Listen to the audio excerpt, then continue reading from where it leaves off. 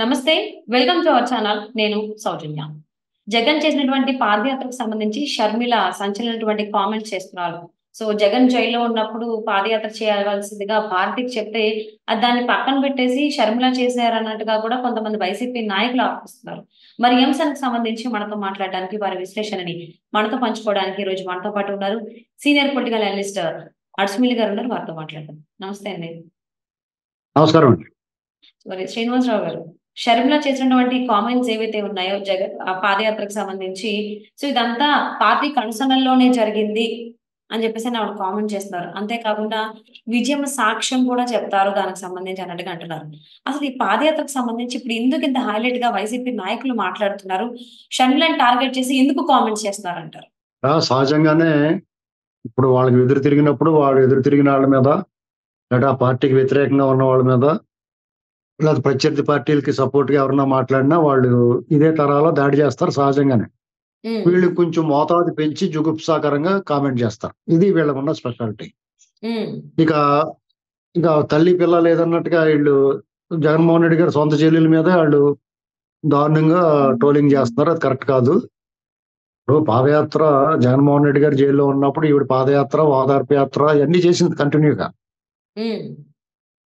చేసినప్పుడు ఇప్పుడు ఈవిడికి డెఫినెట్ గా క్లెయిమ్ చేసుకుంది, నువ్వు అధికారంలో రావడానికి నేను తోడ్పడ్డాను, ప్రజలందరికీ నేను దగ్గరయ్యాను, మా అన్న వదిలిన బాణాలని చెప్పాను అని 2014 ముందు 2019 ముందు కూడా ఆవిడ కష్టపడింది.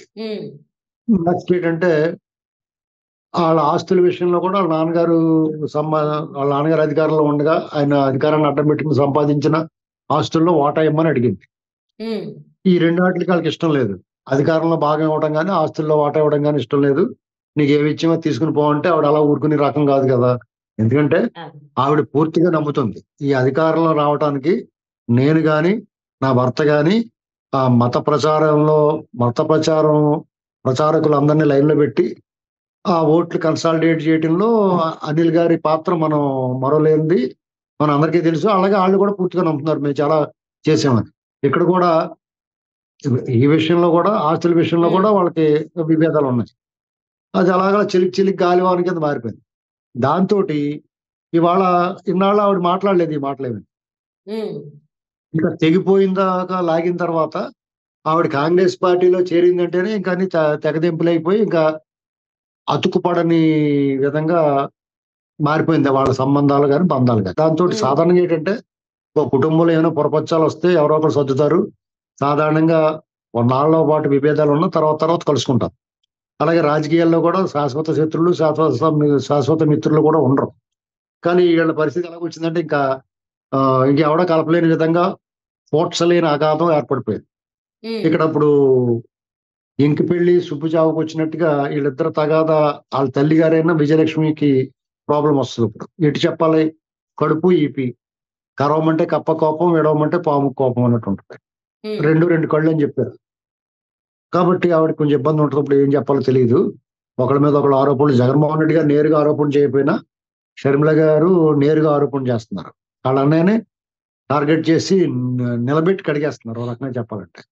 ఆ విషయంలో ఆయన ఏం మాట్లాడకపోయినా ఆయన వంది మాగదులు, ఆయనకు సంబంధించిన పార్టీ వాళ్ళు సోషల్ మీడియా కార్యకర్తలు అందరూ కూడా ఆవిడ మీద బాణాలు ఎక్కిపెట్టారు. ఎవరైతే వాళ్ళు వదిలిన బాణం మీదే వాళ్ళు బాణం ఎక్కిపెట్టారు. ఆవిడ కూడా ఒక బాణం 100 రకాలుగా ఇడిపోయి ఒక నారి 100 తుపాకులు అన్నట్టుగా వాళ్ళ మీద పడిపోయింది. దీనికి ఏం చెప్తారంటే నిజమా అబద్ధమా అంటే నిజంగానే షర్మిల పాదయాత్ర ఏంది భారతి గారు చేయాలి, అసలు నువ్వు చేసేసావు, అనవసరంగా నువ్వే దూరేసావు అని చెప్తున్నారు వాళ్ళు. అంటే ఇన్ని సంవత్సరాల తర్వాత ఆల్మోస్ట్ 7-8 సంవత్సరాలు గడిచిన తర్వాత ఈ టాపిక్ ని బయటికి తీసుకారు. పాదయాత్రకు సంబంధించి భారతి అనేటువంటి పేరు ఇన్ని సంవత్సరాలు రాకుండా ఇప్పుడు ఎందుకు వచ్చింది? మళ్ళీ దానికి సాక్ష్యం ఏమో మా అమ్మ విజయం చెప్తారని చెప్పి షర్మిల కామెంట్ చేయడం. అంటే దీన్ని బట్టి అత్తగారి మధ్య కోడల మధ్యలో ఏమన్నా విభేదాలు, ఏమన్నా చిచ్చు రగిలేటువంటి అవకాశాలు ఉన్నాయనుకోవచ్చు అంటారా? సాక్ష్యం చెప్తారా ఇప్పుడు విజయమ్మ? వాళ్ళ కుటుంబంలో ఏమైనా గొడవలు ఉండేవండి. ఈ ప్రజా జీవితంలో ఉన్నారు కాబట్టి కొంచెం మాట్లాడాల్సి వస్తుంది. కానీ లేకపోతే కుటుంబ గొడవలు అయితే మనం మాట్లాడాల్సిన అవసరం లేదు, మాట్లాడకూడదు కూడా. ఇక్కడ అత్త కోడల మధ్య వైరం ఉంది, వదిన మరదల మధ్య కూడా వైరం ఉంది. ఇది ఎవరు కాదనలేని సత్యం. ఇక ఇప్పుడన్నా వాళ్ళకి మించిపోయింది ఏమీ లేదు. జగన్మోహన్ రెడ్డి గారు వాళ్ళు ఊరికే అనవసరంగా నోరు పారేసుకోకుండా ఇప్పుడు ఆ అమ్మాయిని ఇప్పుడు ఆడపిల్లల్ని గబుక్కన 2 మాటలు మాట్లాడాల్సిన అవసరం లేదండి. ఇప్పుడు భారతి గారు ఇప్పుడు కూడా పాదయాత్ర చేయొచ్చు. షర్మిల చెప్తున్నయన్ని అబద్ధాలు. మేము చాలా నిజం. మేము చాలా బాగా పరిపాలించాం. ప్రత్యేక హోదా తీసుకొచ్చాం. రైల్వే జోన్ తీసుకొచ్చాం. పోలవరం కట్టేసాం. అమరావతి 3 రాజధానులు పెట్టేసాం. ప్రజలందరూ చాలా సుఖశాంతులతోటున్నారు. రాజన్న రాజ్యం విలసిల్లిపోతుంది, వెలిగిపోతుందని చెప్పుకోవచ్చు. తప్పేముంది? హ్మ్. ఇప్పుడు మళ్ళీ పాదయాత్ర చేయొచ్చు కదా! ఆవిడ. జగన్మోహన్ రెడ్డి గారంటే ఇంక నడవలేడు గానీ, ఈవిడ నడవచ్చు ఇప్పుడు.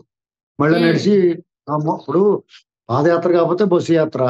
ఏదో యాత్ర చేసి చెప్పుకోవచ్చు ఆవిడ. హ్మ్. ఏదో ఒక నియోజకవర్గంలో ఏదో ఒక మండల కేంద్రంలో దిగి ఒకరోజు ఒక పూట బస్సు మీద తిరిగి, ఒక పూట కొంత దూరం నడిసి చెప్పొచ్చు. ఊరికే మించిపోయిందేమి లేదు.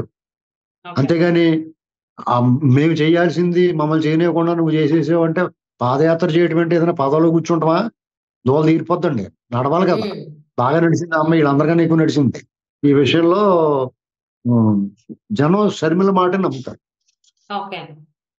షర్మిల మాట ఎందుకు నమ్ముతారంటే, జగన్మోహన్ రెడ్డి మాటిచ్చి తప్పాడు కాబట్టి, ఆయనంతా మోసం కింద ఉంది కాబట్టి, ఆయన చెప్పింది ఏది చేయలేదు కాబట్టి, అందరిని మోసం చేశాడు కాబట్టి, ఈయన నమ్మకూడదురా బాబు అనుకుంటున్నారు. ఇలాంటప్పుడు మీరు చెప్పినా, నేను చెప్పినా జగన్మోహన్ రెడ్డికి వ్యతిరేకంగా ఖచ్చితంగా నమ్ముతారు. అది హ్మ్. పరిస్థితి. షర్మిల మాటే నెగ్గుతుంది ఇక్కడ. ఆవిడ చేయాల్సిన డామేజ్ చేసేసింది. ఇప్పుడు వాళ్ళిద్దరు కలిసిపోయినా గాని లాభం లేదు.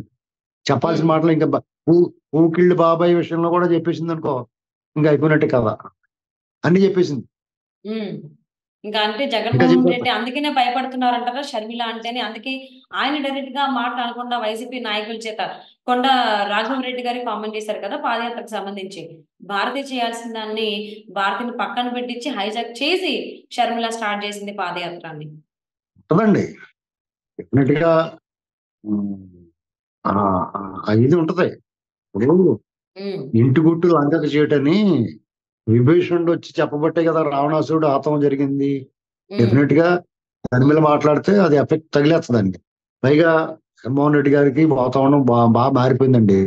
హ్మ్. ఆయన నమ్ముకున్న ఆయన ఆశలన్నీ అడియాసలయిపోయినియి. ఆయన ఎవరినైతే నమ్ముకున్నాడో ఆళ్ళందరూ కూడా అటు ఇటు చూస్తున్నారు. పక్క చూపులు చూస్తున్నారు పైనున్నవాళ్ళు. ఆయన ఎక్స్‌పెక్టేషన్ దొంగ ఓట్ల మీద ఏసుకుందాం అయ్యి కుదిరేలా కనపడట్లేదు. ప్రజల నుంచి తీవ్రమైన వ్యతిరేకత స్పష్టంగా కనపడతా ఉంది. ఇయన్నీ చూసిన తర్వాత ఆయన అందుకనే మొన్న నేను ఓడిపోయేలా ఉన్నాను. ఓడిపోయినా పర్లేదు. ఇంటికెళ్ళిపోయి కూర్చుంటాను. హ్మ్. నేనేం పెద్ద బాధపడను. నాకు సంతృప్తికరంగా ఉన్నాను. అది ఇది అని చెప్తున్నాడు. అంటే ఆయన ఓటమి ఒప్పేసుకున్నాడు. అలాంటప్పుడు ఏం చేస్తారు? ఇప్పుడు ప్రత్యర్థి ఇంకా పై చేయి సాధిస్తాడు. ఎలాగ టీడీపీ వోళ్ళు, జనసేనోళ్ళు మీదడిపోతారు. ఆళ్ళతో పాటు హ్మ్. షర్మిల కూడా ఇంకా రెచ్చిపోయి ఇంకా రెట్టించిన ఉత్సాహంతోటి ఆయన మీద దాడి చేసేస్తారు. సో, కసిదీరా షర్మిల మాట్లాడేస్తారు. ఇప్పుడు పాదయాత్రకు సంబంధించి సాక్ష్యంగా మా అమ్మ ఉన్నారని జెప్పేసని ఆవిడ పేరు తీశారు. సో, మరిప్పుడు విజయమ్మ ఇప్పుడు షర్మిల వైపు ఉండొచ్చా? జగన్‌మోహన్ రెడ్డి వైపు ఉండొచ్చా అంటారు? ఇప్పుడు ఆవిడ ఎవరి వైపున ఉన్నా గాని అందరూ ఆవిడ వంకే చూస్తారు. జగన్ హ్మ్. వైపున ఉంటే ఇదిగో ఆళ్ళందరూ ఓటేరా బాబు అంటారు. హ్మ్. హ్మ్. షర్మిల వైపు ఉంటే జగన్మోహన్ రెడ్డి తోటి భయం. కొడుకు కదా! ఎంతైనా కొడుకు, కూతురు అంచేత ఆవిడ హ్మ్. మౌనంగా ఉంటది బహుశా. ఓకే. మౌనం వహిస్తది. నేను మౌన హ్మ్. దీక్ష తీసుకున్నాను. 6 నెలలు మాట్లాడకూడదు అని చెప్తుందనమాట. ఓకే. మౌన దీక్షలో కూడా మాట్లాడకూడదని చెప్తారావిడ. అదే మౌన దీక్ష తీసుకుంటది. మేము హ్మ్. మాట్లాడకూడదని అంటాను. మీలాటోళ్ళు తెలివైన జర్నలిస్టు కాగితం మీద రాసేయమని అన్నారనుకో. నేను బీకామ్‌లో ఫస్ట్ క్లాస్ స్టూడెంట్‌నండి రాత్రం రాదని చెప్తది. సో, దీనివల్ల వాళ్ళ కుటుంబంలోని చిచ్చుని ఇంకా రాజేసుకుంటున్నారు అని చెప్పి అనుకోవచ్చంటారా? ఏమంటారు ఫైనల్‌గా? మీ మీకు ఆల్రెడీ చిచ్చు ఇంక రాజేసి చిచ్చే ఉండదు. భయంకరమైన అగాధం ఏర్పడిపోయింది. హ్మ్. ఇది కార్ చిచ్చు అంటారు దీన్ని. దీన్నెవడు హ్మ్. ఆర్పలేడు. నీకు కార్ చిచ్చు అంటారండి. అడవి తగలబడతం మొదలెడితే దానంతట అదే ఆరాలి తప్ప ఎవడు ఆర్పలేడు. అవును. నిజంగా అడవి తగలడిపోతుంది. ఇంకెవడు ఏం చేయలేదండి. సో, జగన్‌మోహన్ రెడ్డి అసలు గారి కుటుంబం, వైఎస్ఆర్ గారి కుటుంబం ఇప్పుడు కార్చిచ్చులో ఉంది. సో, వాళ్ళకి వాళ్ళే ప్రతీదీ అంటే అన్ని వాళ్ళ తప్పులు గావచ్చు, వాళ్ళు చేసినటువంటి వాటిని వాళ్ళకి వాళ్ళే చెప్పుకుంటున్నారు బయటికి. షర్మిల డైరెక్ట్‌గా అనలేక జగన్‌మోహన్ రెడ్డి వేరే వాళ్ళ చేత, నాయకుల చేత అనిపిస్తున్నారు. మరి ఇది ఇప్పుడే ఇలా ఉంటే రాబోయేటువంటి రోజుల్లో ఇంకెంత దూరం వెళ్తుందో వేచి చూద్దామండి. Thank you so much for spending your valuable time with us Srinivasarao గారు.